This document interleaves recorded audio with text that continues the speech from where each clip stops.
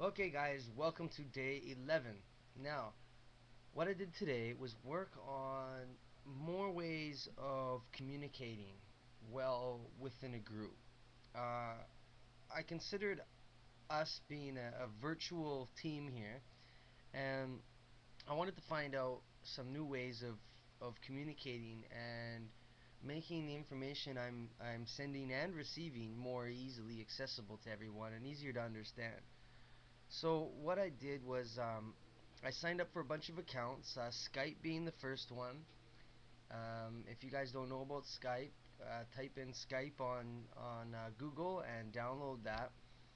What it allows you to do basically is talk on the internet like a phone, so like a video conference. So if I was on Skype with you right now, you'd be able to see this video, and I would be able to see a video of you, and we'd actually be communicating live, as opposed to what I'm doing in the video, uploading it, and then letting you guys view it at your leisure.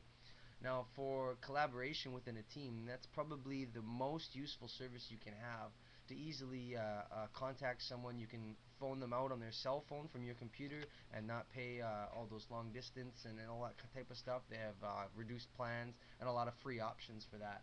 So Skype is where I'm going to be. Um, I just set up my account and I turned it off. So I'll type my Skype name in. I believe it's Mr. Jason Francis, but I have a new one, and I may have named that based on the 365 challenge. I already can't remember, but I'll search that up and I'll send it to you on the article I post with this video. Now, another thing I did is it's great to be able to see someone's face and to communicate with them like that. I'm sure if I was sending this information out in an email or something you had to go and read, uh, I doubt any of you would have read this far. I wouldn't have.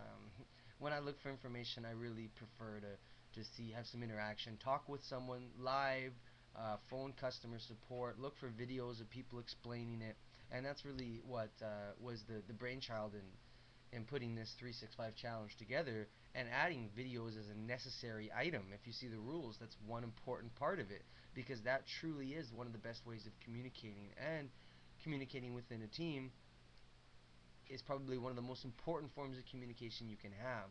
If you've got a group of people all working towards the same goal, you better be sure that they have the same concept, the same idea, and they all understand that the goal is the same goal for all of them. If one person thinks of doing one thing, another person thinks of doing the other thing, and they both think they know what that person's doing, everyone's just going to run doing their work and not a lot is going to get done. So that leaves me to want to talk to you um,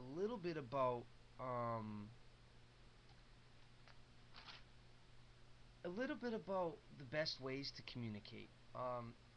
One of the most important things that I want to let you guys really, really take home is that you can communicate and you can have a conversation with someone and you're giving them some information, they're giving you some information. I talked previously in a video about active listening and how you really have to pursue that as an activity as opposed to a relaxed conversation. You really have to work at listening. Now, why that's important is because once you've listened and got that information, you need to verify that information. That's one of the most important things you can do. Um, I found a really good quote. I'm going to start a little quote early here. I found a good quote. It says, "No one would talk much in society if they knew how often they misunderstand others." Now, this is so true. So often I see in doing business deals, and I've worked with a lot of different entrepreneurs and helped them meet other people that they need to succeed and worked in a lot of different partnerships. And one of the biggest problem is not on having a conversation and agreeing on something, coming to a compromise, coming to a plan. It's actually verifying and confirming that you both are seeing the plan the same way. If I think that my plan, let's just say my plan to build a house, and my house is going to face the east and be 2 stories, and he wants a house that, front door face the west, and he wants a bungalow 1 story, we've all agreed we want to make a house and we want to have it facing the best direction and we want the best layout. Okay, great, let's get started. Well, there's a lot of things missing in that, right? You're gonna have things get real difficult. It's important to have a plan and to have everyone communicating properly. If you had a plumber, an electrician, and a carpenter, and you put them together to build a house, but you don't have a plan, you don't have the architect, you don't have the manager, someone making sure that all these people are doing the right part of their job. If you just send these people out to build your house, it's going to look crazy. What do you think if they don't speak to each other, don't talk to each other, they just go at different times, do their job, and leave? Is your house going to look perfect? It's going to look like a mess. A lot of the time it's going to look like a mess. You're going to have, a staircase up to the roof with a toilet on top. It's just, you're not going to have these guys concisively coming together to create something that is going to work. They all might have their specialties, and in a team, I hope we all have specialties and we all have values and strengths to bring, and hopefully other people that fill in the gaps where we have weaknesses. That's the real strength of having a team and having a group together. That's what I'm trying to get out of this 365 challenge with all of you.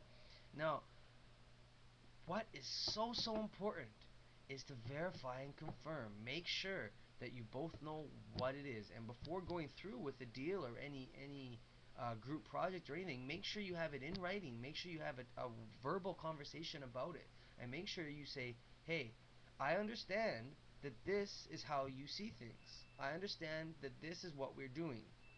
Is that correct? Does that make sense to you?" And once you've gone over that one or two times to make sure, then you can get started on a project and you won't be wasting time.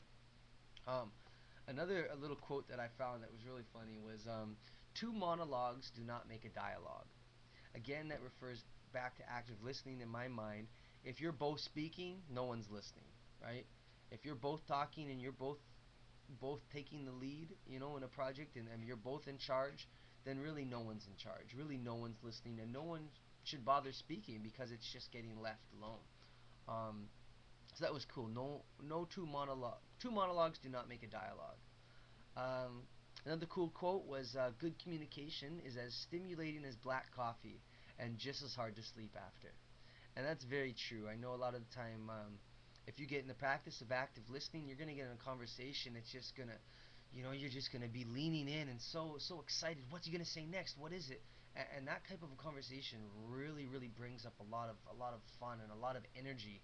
And you'll know when you've had a productive meeting when you leave that meeting more energetic than anything. You're just ready to run down the street. I've had that a lot of times. So I've also had a lot of sleepless nights when I worked on late night brainstorming projects and late night phone calls trying to do time zones with the East Coast and stuff. So that has been an issue as well. I skipped ahead, but I want to say a few more things that I got started. I went to I did go to socialmarker.com and lastpass.com and got those sites set up and started working on that. Those are Check them out, socialmarker.com. And then LastPass, you can Google that. That'll help you store all your information so that signing up to all these new accounts, you can just click one button, it'll autofill everything. That'll be a great value as we keep going because there's a lot more things you need to sign up for. Google Groups is one thing I spent some of today doing. So if you go to http colon / groups.google.ca / the 365 challenge. um, I'm sure there's going to be an easier way to give you that link later on, but you go there. That'll be a Google link. I'm a Google group I've started for the challenge, and that's a place where we can go and use kind of as a forum.